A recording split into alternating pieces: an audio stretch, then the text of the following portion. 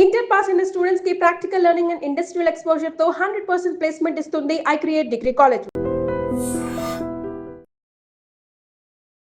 I dream ప్రేక్షకులకు నమస్తే, నేను ఉదయశ్రీ.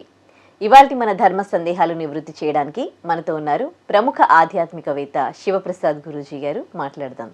నమస్తే గురువు గారు. ఆశీర్వచనం తల్లి. మనం గుడికి వెళ్తాం కదా, గుడికి నుంచి ఇంటికి వచ్చాక మనం అస్సలు చేయకూడని తప్పులేంటి? శ్రీ మహాగణాధిపతయ నమః, ఐం మహాసరస్వత్యే నమః, శ్రీ లలితాంబికాదేవి నమః.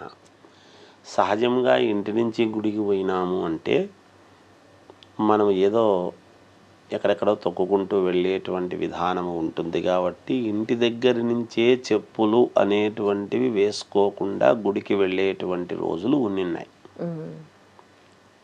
కనుక ఆ రోజు ఆరోగ్యము గుడికి వెళ్ళటం వలన స్వామి కార్యము స్వకార్యము రెండు అయ్యేది. కాలి నడక అనేటువంటిది ఒకటి, ఇంట్లో కాఫీ కూడా తాగకుండా వెళ్ళినటువంటి దాని వలన అక్కడ మూలికల యొక్క జలముతో అభిషేకం చేస్తారు కాబట్టి ఆ అభిషేక తీర్థం అనేటువంటిది తీసుకుంటే పరగడుపున లోపల అంతర్శుద్ధి జరిగేదానికి మేలు జరుగుతుంది ఆరోగ్యపరంగా అనేటువంటి ధోరణితో ఎక్కువ శాతము దైవము భక్తి అన్నీ చేసుకొని వచ్చేవాళ్ళు. గుళ్ళో నుంచి తీసుకురాకూడనటువంటివి ఏమిటివి అని మనం ఒక్కసారి కనుక ఆలోచన చేస్తే, గుళ్ళో పూల చెట్లు ఉన్నాయనుకోండి, బాగా అబ్బా 4 పూలు ఇంట్లో కూడా పెట్టొచ్చు దేవుడికి అని తీసుకొస్తుంటారు. అలా తీసుకురాకూడదు. గుడికి అని పోయినప్పుడు మనం ఏమైతే తీసుకున్నామో అవి అక్కడ అంతవరకే. గుళ్ళో టెంకాయలు కొడతాం, టెంకాయ కొడతాము, ఒకటి వాళ్ళు తీసేసుకుంటారు, ఒకటి ఇస్తారు. ఆ ఒకటి ప్రసాదముగా గుళ్ళోనే నలుగురికి పంచడం అనేటువంటిది ఒక ధర్మమైనటువంటి పని. ఇది ఇంటికి పోయి మన వాళ్ళు తింటారులే మనకే ఉండాలిలే అని ఇంటికి పట్టుకొని రావడం అనేటువంటిది తప్పు. ఒకటి టెంకాయ చిప్ప అయినా కూడా ఎందువల్ల అనేదానికి చెప్తా. చాలామంది చేసే తప్పులు అవి. ఒక అరటిపండు ఏదో మళ్ళీ అక్కడ పూజారి ఇస్తాడు తీసుకోండి అని. అవి ఇచ్చినప్పుడు అవి మళ్ళీ ఇంటికి తెచ్చుకుంటూ ఉంటాం. అక్కడ నలుగురికి పంచడం, మన పిల్లలే తినాలి, గుళ్ళో మనం చేసినటువంటి పూజకు సంబంధించినటువంటి ప్రసాదము అనేటువంటి అభిప్రాయంతో మనం ఇంటికి తెచ్చుకుంటూ ఉంటాం.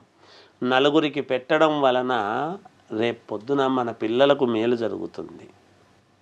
మన పిల్లలే తినాలి, కొంచెమన్నా మిగిలించుకొని పోదాం ఇక్కడి నుంచి అని ఎప్పుడైతే మిగిలించుకుంటున్నామో మనకు మన యొక్క బుద్ధి తెలుస్తూ ఉంది. అక్కడ మనకేదో మిగలాలి అని, మనకు ఉండాలి అని, మనకు కావాలి అని. దైవ ప్రసాదాన్ని 10 మందికి పంచడము న్యాయం. మనము తిన్నా తినకపోయినా నలుగురికి పంచితే నలుగురికి తిన్నటువంటి తృప్తి అనేటువంటిది దానివల్ల మనకే లేకుండా పెట్టినా కూడా ఆ పుణ్యం అనేది వస్తుంది. ఆ పుణ్య సంపద అనేటువంటిది, ఎందుకు పుణ్య సంపద ఇట్లాంటి వాటి వల్ల సంపాదించుకోవాలి? పూజలు కార్యక్రమాల వల్ల పుణ్య సంపదలు దేవాలయానికి పోయి దేవాలయాల కార్యక్రమాలలో పూజల్లో పాల్గొనేటువంటి దానివల్ల ఏమొస్తుంది అంటే, మనకు ఎప్పుడైనా ఇబ్బందులు, పెద్ద పెద్ద ఇబ్బందులు అనేటువంటివి వచ్చినప్పుడు అవి సునాయాసముగా తప్పించుకోవటానికి ఆ రోజు ఇక్కడ వాడు పాల్గొన్నాడు దేవాలయంలో, ఏ కారణము చేతనైనా వాడికి ఇష్టం ఉన్నా లేకపోయినా పాల్గొన్నాడు కాబట్టి వాడికి ఇది తప్పిద్దాం, ఇక్కడ తప్పిద్దాం, నాకు కొంచెంలో తప్పిపోయిందండి లేకపోతే ఇబ్బంది పడేవాడినండి అని చెప్పుకుంటూ ఉంటాను. ఇవన్నీ ఎలా తప్పిపోతాయి, ఎందుకు తప్పిపోతాయి అంటే, ఏమయ్యా మీ ఆవిడ మంగళసూత్రం చాలా గొప్పది, లేకపోతే ఆ పక్కనే నువ్వు నిన్నావు, అప్పుడే వచ్చేసినావు, అక్కడ ఇట్లా జరిగింది అట్లా జరిగింది అని ఇట్లాంటివన్నీ చెప్తారు. దేనివల్ల అంటే, నీ భార్య నిరంతరము పూజ చేస్తూ ఉండేటువంటి దాని వలన, నిరంతరము దైవానికి అక్కడ వెళ్ళి చేసుకునేటువంటి దాని వలన ఇటువంటి కార్యక్రమాల వల్ల జరుగుతాయి. అటువంటివి మనం ఇంటికి తెచ్చుకొని ఇంట్లో ఉండాలి, మన వాళ్ళే తినాలి అనేటువంటిది చాలా తప్పు.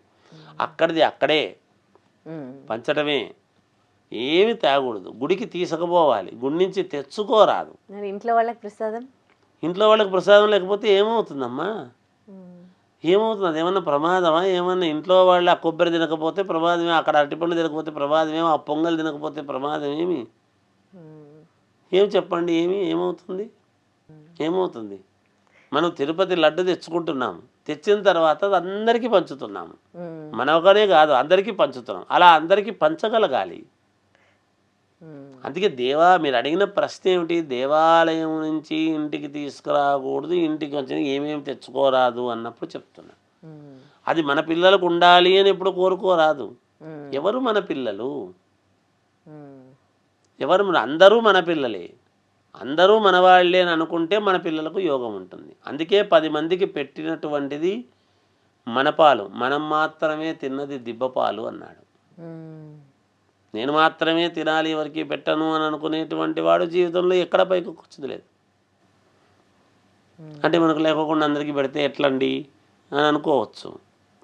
అసలు పెట్టకపోవడానికి మనం ఎవరు? అక్కడ ఒక టెంకాయ తీసుకెళ్ళాము, ఇచ్చారు, నలుగురికి పంచాము, వచ్చేసినాము, ఇంకేం వద్ద అయిపోయింది. గుడి నుంచి తీసుకురాకూడదు.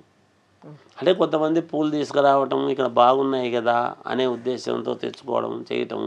అందుకనే ఈ నానుడి ఉంది కాబట్టే పూర్వీకులు చెప్పులు కూడా వేసుకొని పోయేవాళ్ళు కాదు గుడికి.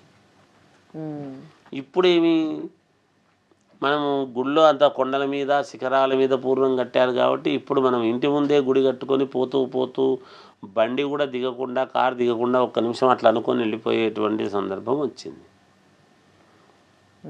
సరే, అది వాళ్ళ సౌకర్యం, అదేం తప్పుపట్టాల్సిందేం లేదు, ఎవరి అనుకూలం వాళ్ళది. కాకపోతే గుళ్ళో ప్రసాదం ఇదిగో అందరికీ, ఇంటికి మాత్రమే తీసుకుని అందరికీ పంచడం అనేటువంటిది చాలా శ్రేయోదాయకం. ఇంటికి తీసుకురావడం అనేటువంటిది ఏదైనా కరెక్ట్ కాదు, ఏది తెచ్చుకోకూడదు. ధన్యవాదాలు గురుగారు. జయోస్తు. And for more videos, please subscribe to iDream channel. Subscribe to iDream Media. Please subscribe to iDream. Please subscribe to iDream. Please subscribe iDream. And please subscribe to iDream. For more videos, subscribe to iDream. please like, share and subscribe to the channel. Congratulations, iDream. Subscribe to iDream. Subscribe to iDream. So subscribe to iDream Media. iDream ki iDream team andarki huge congratulations. Please subscribe iDream Media. Please subscribe to iDream. Subscribe iDream. Please subscribe to iDream. iDream అంటే నా కళల channel subscribe చేసుకున్న నోరు తిరుగుతలేదు, మీరైతే గంట గుర్తు కొట్టండి. For more such videos, please subscribe to iDream. Subscribe to iDream. Please subscribe to iDream. Please subscribe iDream Media. Please do subscribe to iDream. Please subscribe to iDream Media. For best entertainment and information, please subscribe iDream. And don't forget to subscribe to iDream.